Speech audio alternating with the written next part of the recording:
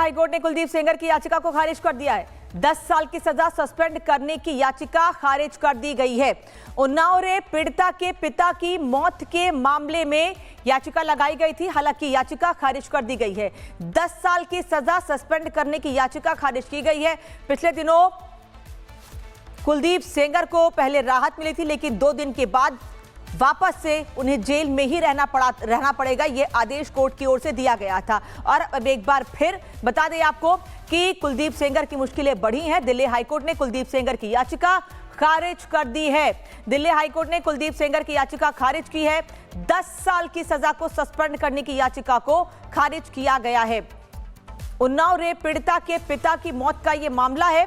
Unnao rape पीड़िता की पिता की मौत के मामले में याचिका खारिज की गई है। कुलदीप सेंगर, जो कि उन्नाव रेप केस में मुख्य आरोपी, लंबे समय से जेल में, पिछले दिनों झटका लगा था। जब पहले उन्हें जमानत मिल गई थी, जेल से बाहर आने को लेकर उन्हें राहत मिल गई थी, लेकिन उसके बाद 2 दिन के बाद फिर से कोर्ट ने यह साफ कहा था कि कुलदीप सेंगर के बाहर आने से पीड़ित परिवार को खतरा है, पीड़िता को खतरा है और केस को प्रभावित कर सकते हैं कुलदीप सेंगर। यही वजह है, यही कहते हुए निचली अदालत के फैसले को कोर्ट ने खत्म कर दिया था और कोर्ट ने साफ कहा था कि कुलदीप सेंगर जेल में रहेंगे। लेकिन अब एक बार फिर मुश्किलें उनकी बढ़ी हैं। जतिन इस वक्त हमारे साथ जुड़े। जतिन, क्या अपडेट?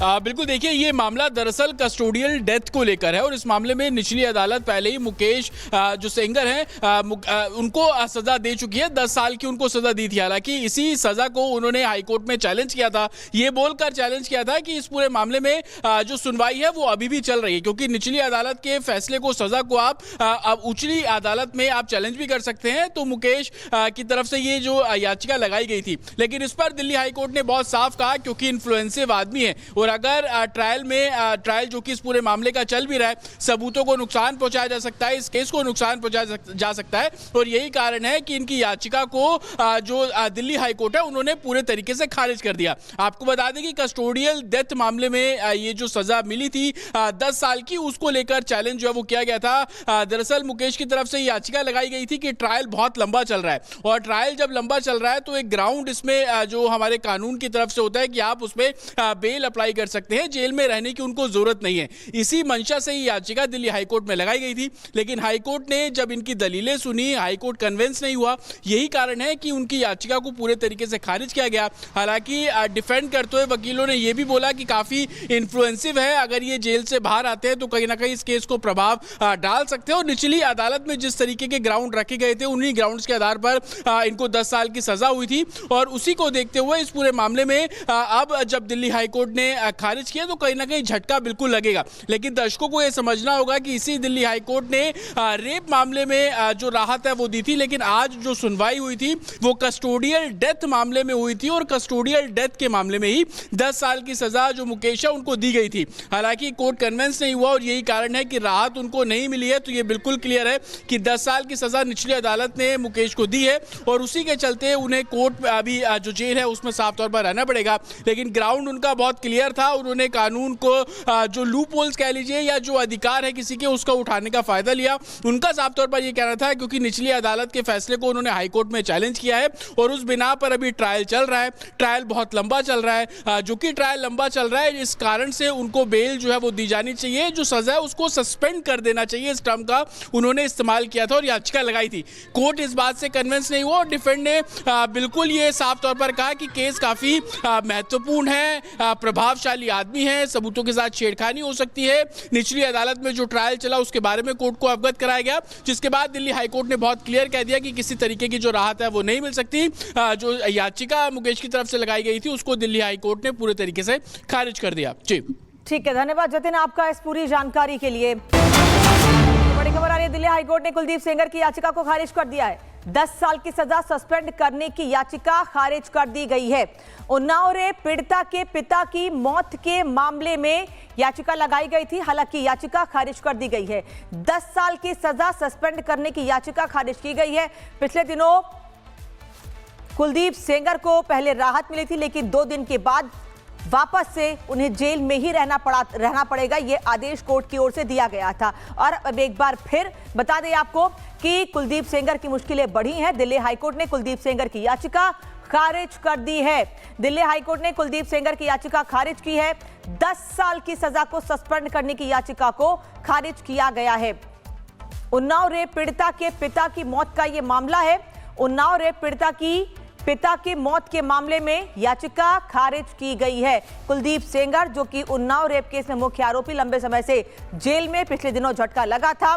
जब पहले उन्हें जमानत मिल गई थी, जेल से बाहर आने को लेकर उन्हें राहत मिल गई थी, लेकिन उसके बाद 2 दिन के बाद फिर से कोर्ट ने यह साफ कहा था कि कुलदीप सेंगर के बाहर आने से पीड़ित परिवार को खतरा है, पीड़िता को खतरा है और केस को प्रभावित कर सकते हैं कुलदीप सेंगर। यही वजह है। यही कहते हुए निचली अदालत के फैसले को कोर्ट ने खत्म कर दिया था और कोर्ट ने साफ कहा था कि कुलदीप सेंगर जेल में रहेंगे, लेकिन अब एक बार फिर मुश्किलें उनकी बढ़ी हैं।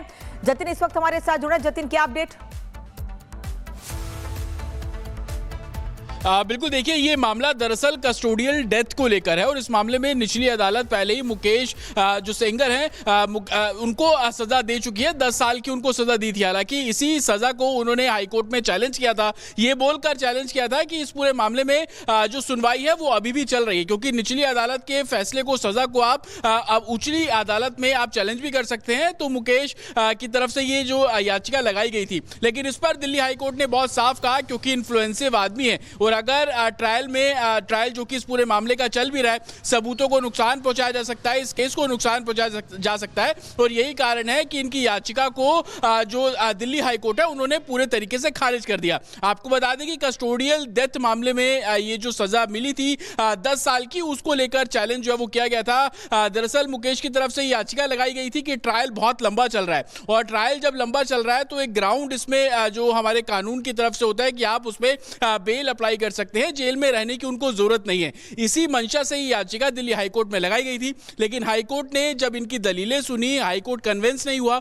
यही कारण है कि उनकी याचिका को पूरे तरीके से खारिज किया गया। हालांकि डिफेंड करते हुए वकीलों ने यह भी बोला कि काफी इन्फ्लुएंसिव है, अगर ये जेल से बाहर आते हैं तो कहीं ना कहीं इस केस को प्रभाव डाल सकते हैं और निचली अदालत में जिस तरीके के ग्राउंड रखे गए थे उन्हीं ग्राउंड्स के आधार पर इनको 10 साल की सजा हुई थी और उसी को देखते हुए इस पूरे मामले में अब जब दिल्ली हाईकोर्ट ने खारिज किया तो कहीं ना कहीं झटका बिल्कुल लगेगा। लेकिन दर्शकों को यह समझना होगा कि इसी दिल्ली हाईकोर्ट ने रेप मामले में जो राहत है वो दी थी, लेकिन आज जो सुनवाई हुई थी वो कस्टोडियल डेथ मामले में हुई थी और कस्टोडियल डेथ के मामले में ही 10 साल की सजा जो मुकेश है उनको दी गई थी। हालांकि कोर्ट कन्विंस नहीं हुआ और यही कारण है कि राहत उनको नहीं मिली है। तो ये बिल्कुल क्लियर है कि 10 साल की सजा निचली अदालत ने मुकेश को दी है और उसी के चलते उन्हें कोर्ट अभी जो जेल है उसमें साफ तौर पर रहना पड़ेगा। लेकिन ग्राउंड उनका बहुत क्लियर था, उन्होंने कानून को जो लूप होल्स कह लीजिए या जो अधिकार है किसी के उसका उठाने का फायदा लिया। उनका साफ तौर पर यह कहना था क्योंकि निचली अदालत के फैसले को उन्होंने हाईकोर्ट में चैलेंज किया है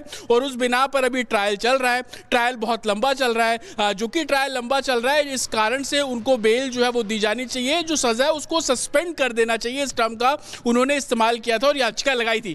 कोर्ट इस बात से कन्विंस नहीं हुआ और डिफेंड ने बिल्कुल ये साफ तौर पर कहा कि केस काफी महत्वपूर्ण है, प्रभावशाली आदमी है, सबूतों के साथ छेड़खानी हो सकती है। निचली अदालत में जो ट्रायल चला उसके बारे में कोर्ट को अवगत कराया गया, जिसके बाद दिल्ली हाईकोर्ट ने बहुत क्लियर कह दिया कि किसी तरीके की जो राहत है वो नहीं मिल सकती। जो याचिका मुकेश की तरफ से लगाई गई थी उसको दिल्ली हाईकोर्ट ने पूरे तरीके से खारिज कर दिया। जी ठीक है, धन्यवाद जतिन आपका इस पूरी जानकारी के लिए।